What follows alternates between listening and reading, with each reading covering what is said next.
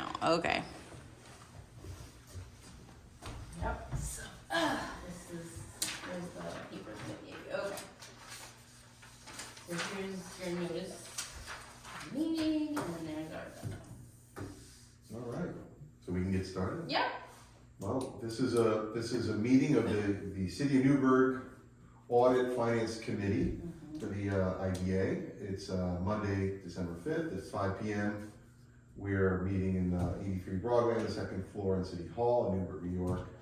The meeting consists of one agenda item, essentially, and that's to conduct our annual review and potential adoption of policies that we have, and potentially make recommendations to the board.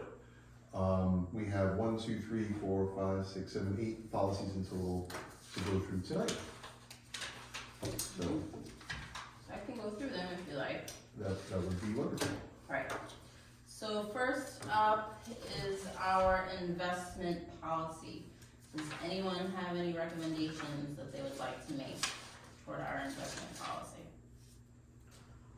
I think we made changes to it, was it last year or the year before we did? Yeah, maybe both. I remember making changes to this and reviewing it again. I didn't have anything additional to change. I have nothing to add. No, okay. Policies governing the use of authority discretionary funds. Does anyone have anything that they want? Well, maybe do we have to go through each one, or can we just address the ones that? So we wanna say that as a committee and as a IDA, you guys have reviewed. So you've reviewed it, Mhm. and if you don't have anything to add, then. Okay. So I've reviewed it, I don't have anything to add, you I all. don't have anything to add. Reviewed and I had no changes. Okay. Right, it's The procurement policy, does anybody have anything that stood out to them to change that? No? reviewed and no edit. I reviewed and I don't have any questions about that, we updated that last We year. updated that as well, yeah. Property disposition policy, Did you didn't have anything? Looking at it now. pretty straightforward. Property acquisition policy. We just don't wanna acquire anything. Just, Other than that. This I think was pretty, I have nothing to add, this was nothing, yeah, you all, nothing. No. What is this? Policy respecting uniform criteria for the evaluation of projects. Not the recapture's next one. That'll be separate. Alright, so this is the last one on the list, the uniform criteria for the evaluation of projects. Anything to add We with did this that? last year too, I think. Yeah, I think we adjusted a few of them, was it last year or the year before? Last year, I know we had to do a special meeting to adjust. That's some right. of them. Yeah. I don't remember when it was, because the last 2 years feel like one. So, That too, but I feel like this is up to but it date. hasn't ended Yeah. yet, wow. It's still, It's still still going. going. Oh, Still going. So Okay. no changes No recommended. changes. Then we have the recapture policies Recapture, yeah. and procedures. Mhm. Do you all have anything you wanna add to that? Nothing? I did not, no. When we looked at the percentages and everything, yeah, Okay. no change. And then last but not least, the big elephant, which is the UTEP.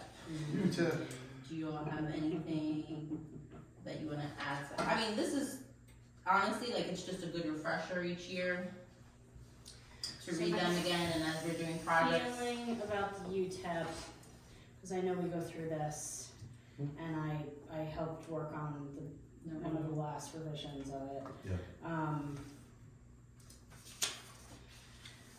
I agree, and I know that you come to us with a lot of our applicants are wanting, deviations from our UTEP because we have a smaller, timeline.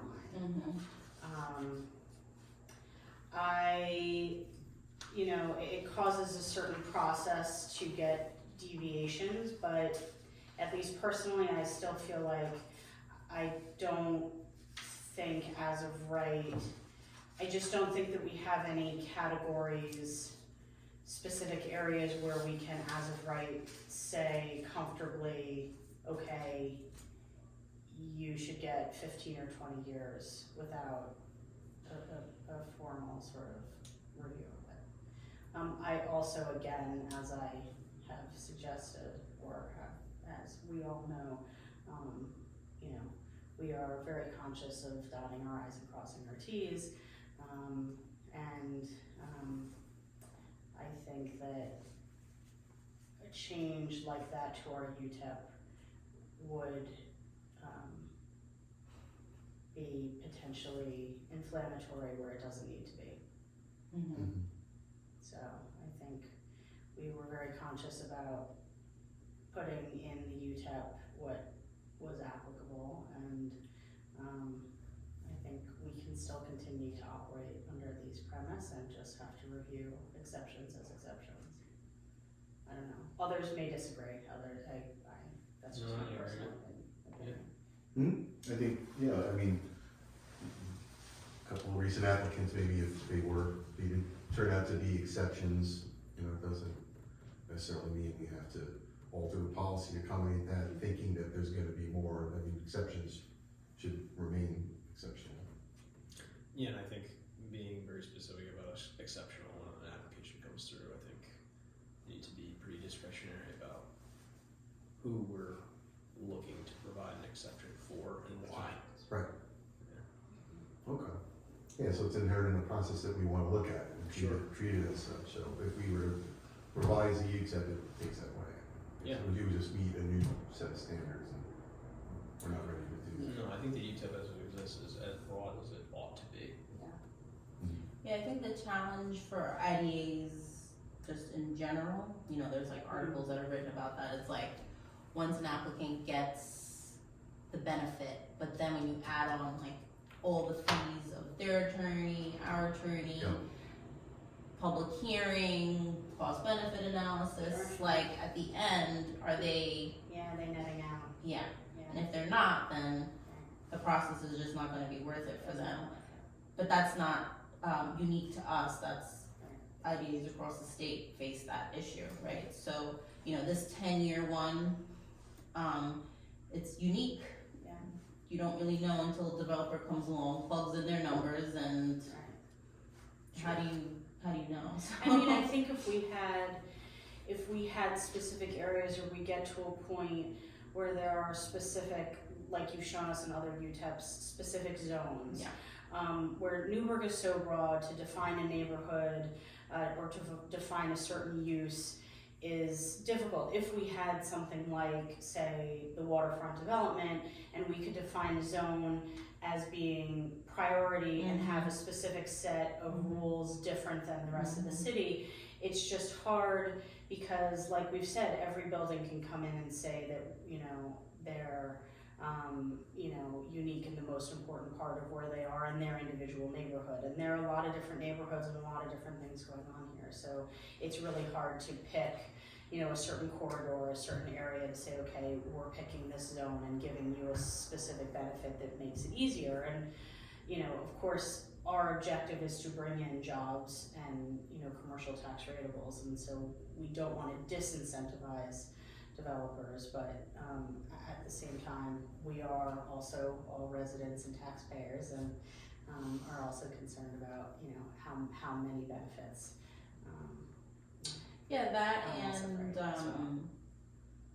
like what you're mentioning requires like being on board with the city, like, for example, the waterfront, they're targeting, Right. they have some master plan, you know, and it's like, okay, IDA, we're on board with this master plan, we both agree with what should be offered, and then that's determined ahead of time, so that way it's not picked Yes. one project at a time. Yeah.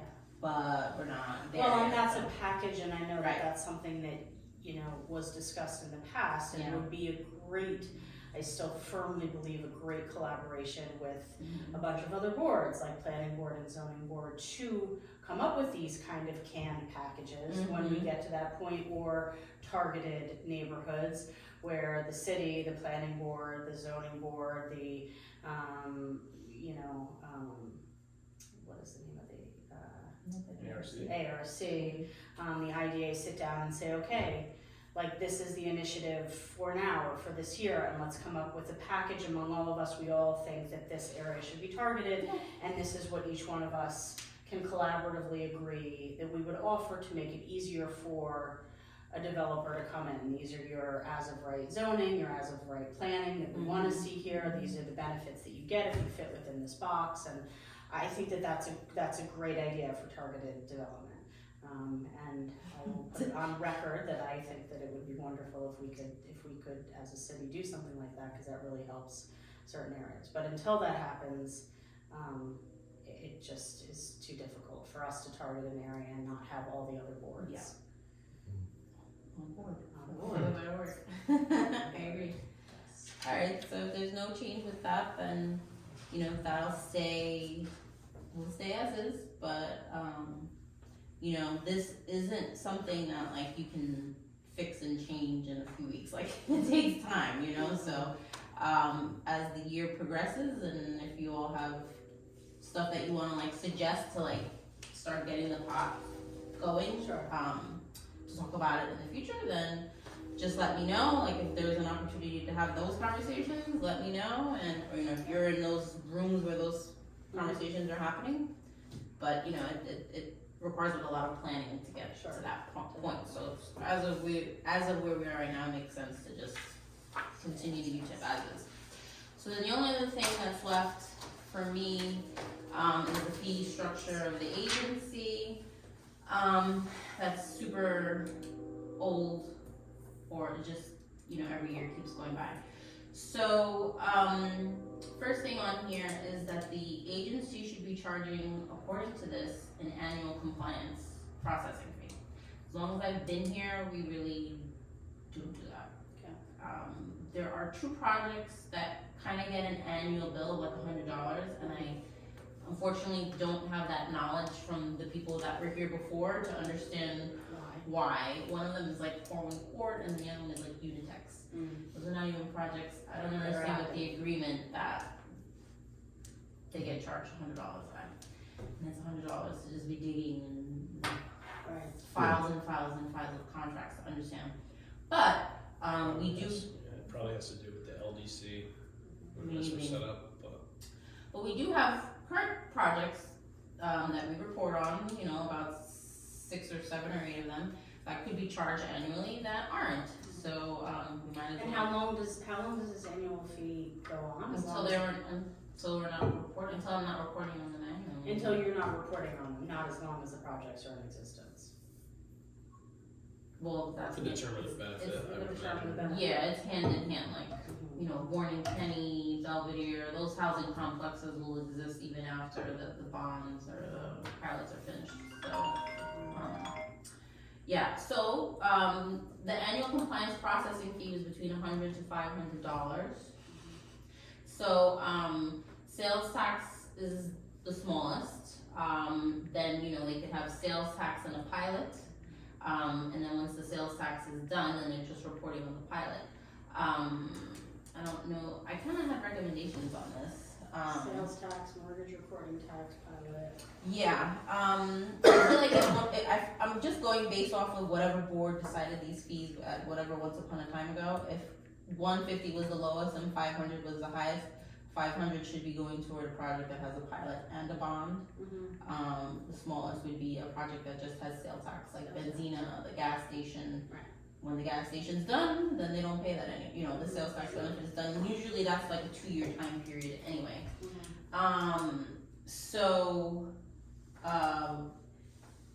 Yeah, I'm wondering what's the best way to do this.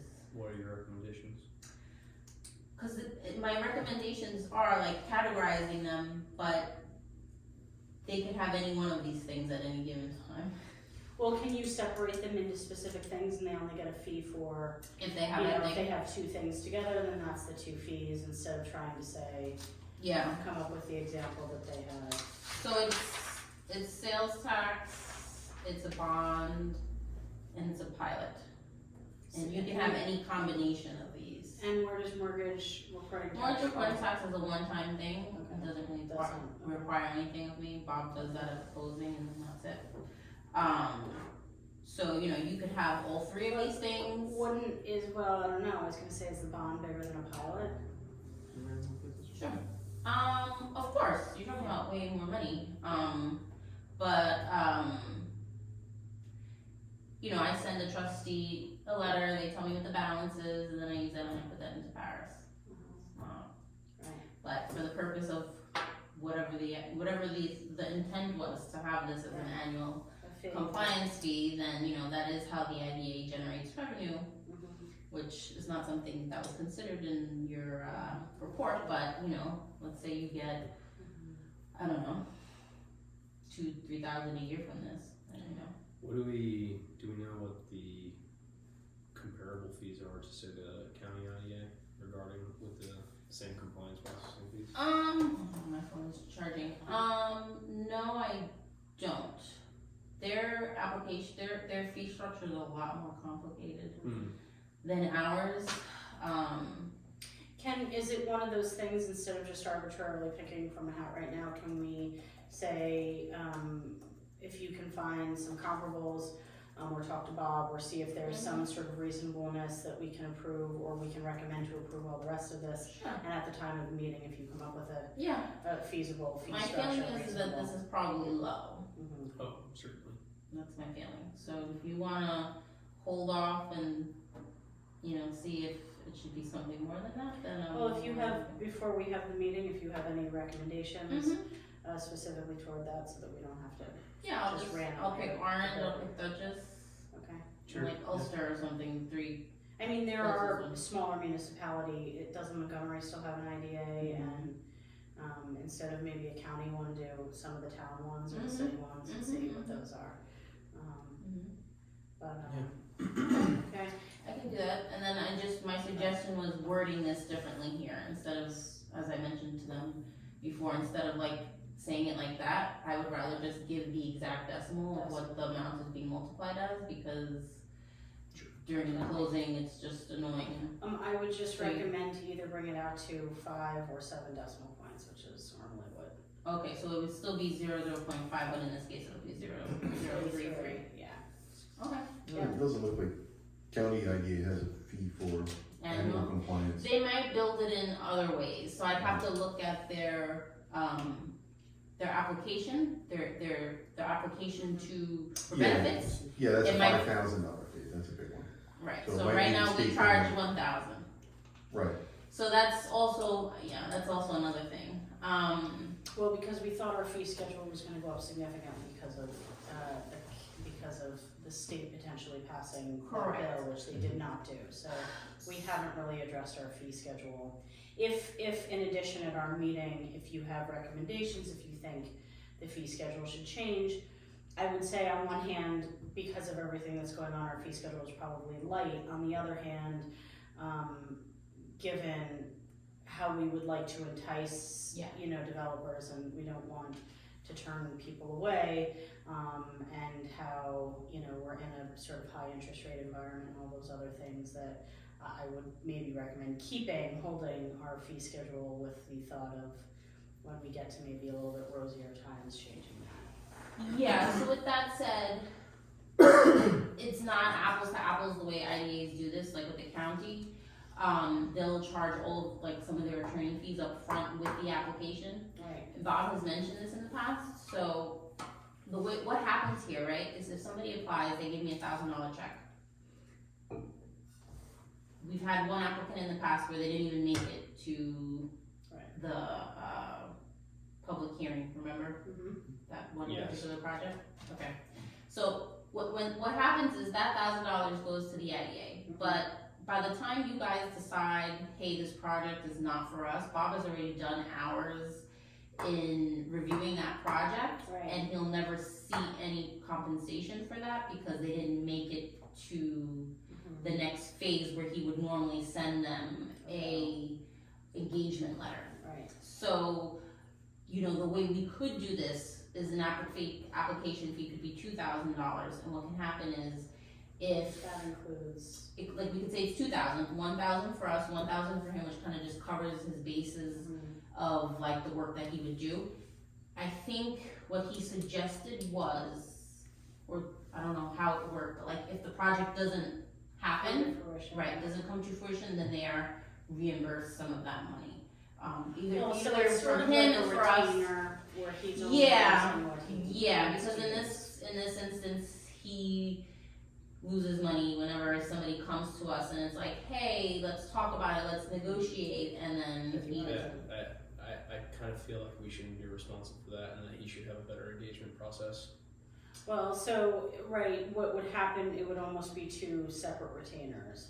It would be, right, an upfront fee, $1,000 application fee, and $1,000 retainer with the attorney. Right, so like with the For Orange the County IDA, application. it's already built in Mhm. for them. I don't know how other IDAs do it, but imagine somebody coming and submitting an application and then they gotta give me $1,000 and then they gotta give, like they gotta write 2 checks. Just think about like the other part of their experience application. of doing it. I would say part of their application, aside from the fee to the IDA, would be Bob can have a draft engagement letter Yeah, as part of his application. I can definitely, I feel like, I don't feel comfortable as an agency collecting a fee for our attorney in advance of any work. I feel like that's odd. And Yeah, maybe, because it sounds like it's kind of a retainer if they get money back, if they don't move forward with the application. I also don't feel that using the Orange County as a model is maybe our best course of action. well, it was just that, like Adam said, last year, we would have had to adopt it. You know, if that legislation would have passed, like, we would have been Sure, back to that yeah. anyway, so that's kind of why I have that fresh in my head as far as the way they did it, because I was like, ooh, this is about to be us soon, even though it's not now. I understand that, but. Yeah, so, what I can do is see how that works. What he says, how that's kosher or not in the world of attorneys and. I mean, it's not like we have,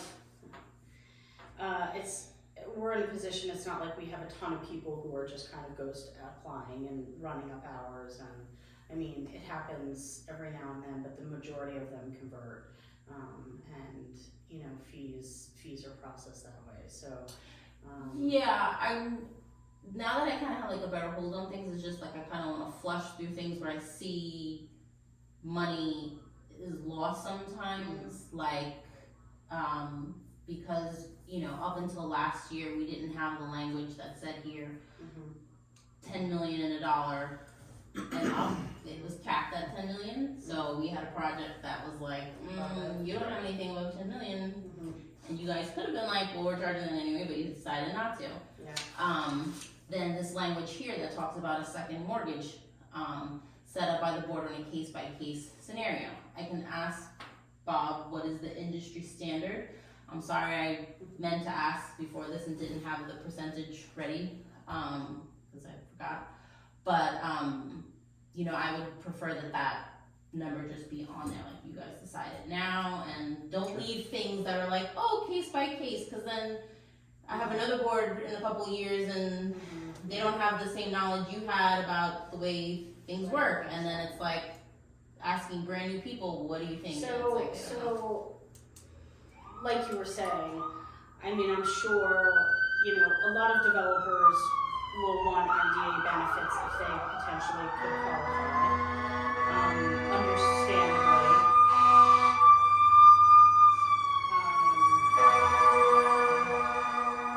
You know, I think this is kind of a double-edged sword where, on one hand, we want to make sure we're getting the fees that are necessary to keep the operation running to be able to provide these benefits.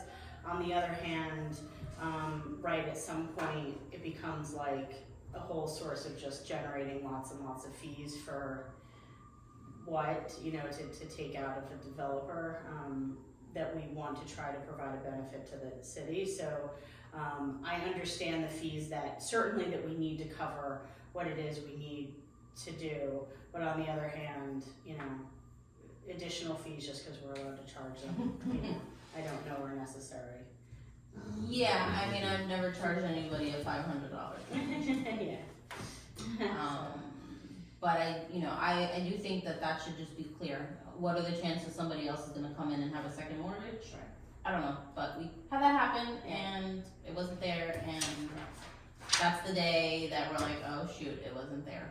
So I will. Well, if you have recommendations for us with the fee schedules at the board meeting, I think we can quickly discuss it then. Yeah. Kind of I will look beyond our borders. Okay.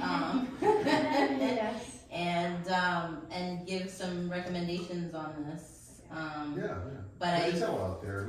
We actually did that a few years ago. Yeah, because that was before me. Yeah, we pulled down, look at Peekskill, Yonkers, you know, but that's dated. I mean, that was 5 or 6 years ago. So Yeah, I just,